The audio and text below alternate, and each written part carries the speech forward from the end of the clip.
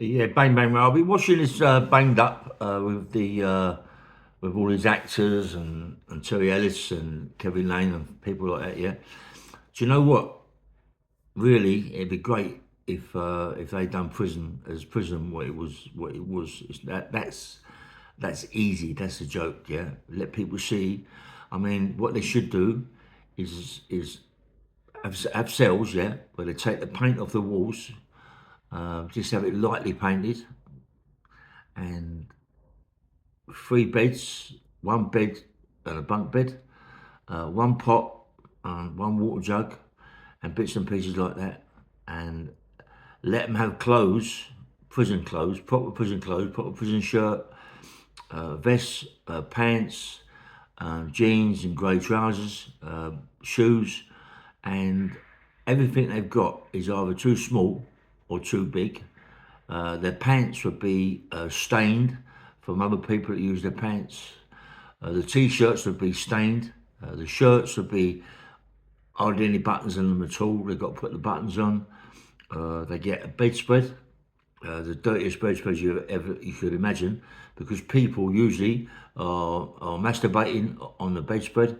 So you're going to get that, yeah, and you're going to get maybe one sheet or two. You get two sheets, a blanket and a pillow. The pillow is solid, yeah, really, really hard. You can't get into the pillow at all. The pillow stinks because other people have been on that pillow and they've been dribbling all over it and whatever they've been doing. Uh, Usually the top bunk, the mattresses in my days were a horsehair, yeah. So when you get in the bed, if somebody's been in that bed before, you did get the shape of that person, the same as a pillow would be horsehair, but obviously that's got to change. I mean, they'd have a bed that's solid anyway, a bed that's hard, solid, or a rubber bed, a rubber pillow, and the people on the top bunk bed, people always think that the top bunk bed is the best place to be, or the bottom bunk bed is the place to be. But believe me, the bottom bunk bed is not the place to be.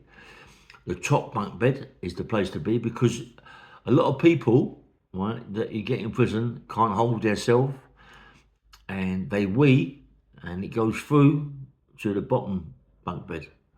Yeah, so therefore all the whatever goes, the wee and passing wind and bits and pieces like that goes through to the bottom bunk bed. That should be great, you know. If you had people, you know, free to a cell, old-fashioned ways, dirty old cell, little windows, not glamorised like it is now, like a toilet in the cell, have a little plastic peapot, or like in my days, alley piss pot, yeah, an aluminium with a lid, and yeah, and do your poo in there. You know what I mean? So let them stay in there for maybe 22 hours a day. Have a give them exercise, give them a little bit of freeway where they can talk to each other. That'd be a proper a prison uh, a thing, yeah.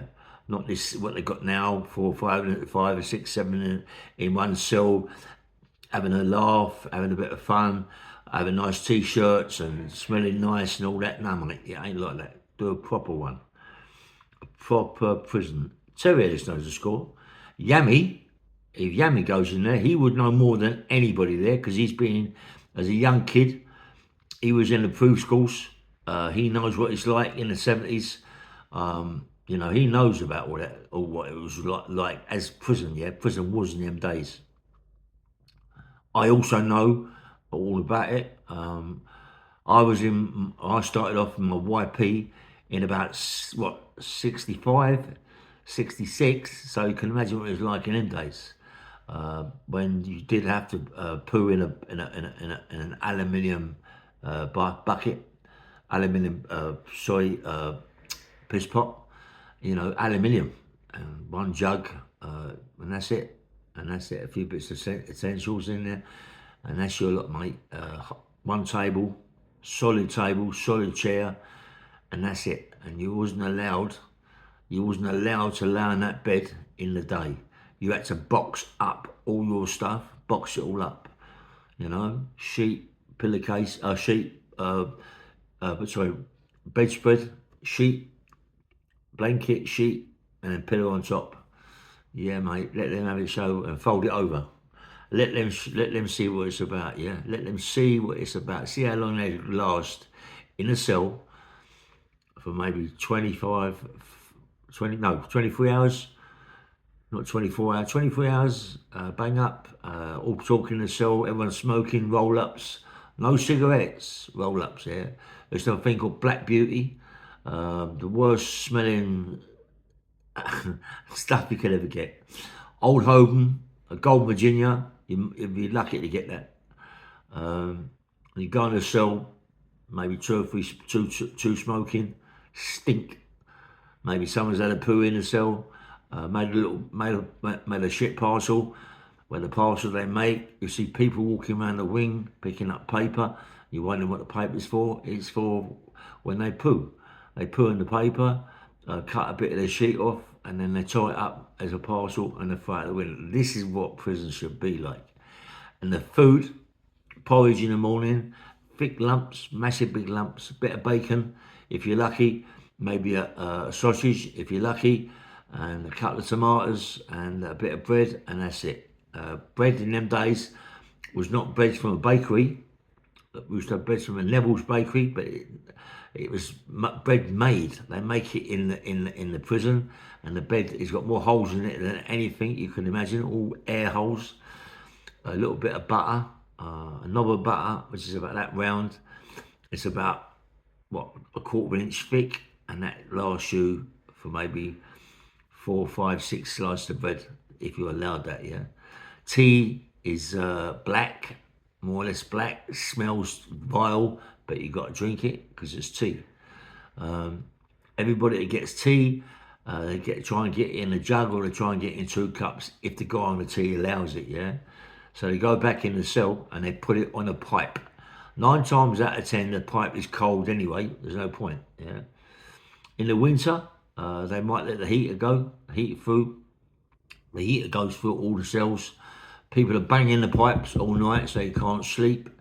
Yeah, that's what you need, mate. You need proper prison. There's a lot I forgot. I can remember loads of what goes on, and you've got proper screws in there that are going to open your door.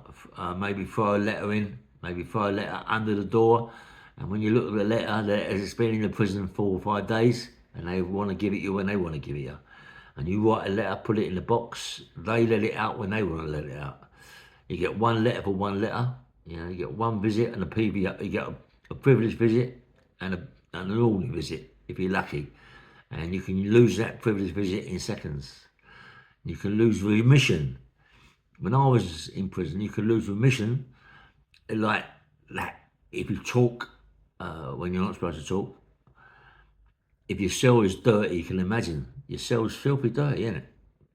Because of the people in it. And you get the screws come in, maybe the chief comes in, when the screw come in, look at the dirty, take 3 days remission off each person. Yeah. If you're wearing socks, one sock's blue, one sock's green. You get lots of socks in prison, all different colours, yellows, blues, greens. People remember that, anybody been in prison when I was around. There isn't many of them, mate. Terry Ellis hasn't done it. Maybe Yammy's the only one I think who's done that sort of bird, because he's done the proof school. Yammy's about 50 odd years of age. You got to remember I'm a lot older. I'm 20 years older than that, you know. So I've been in when it's been really prison.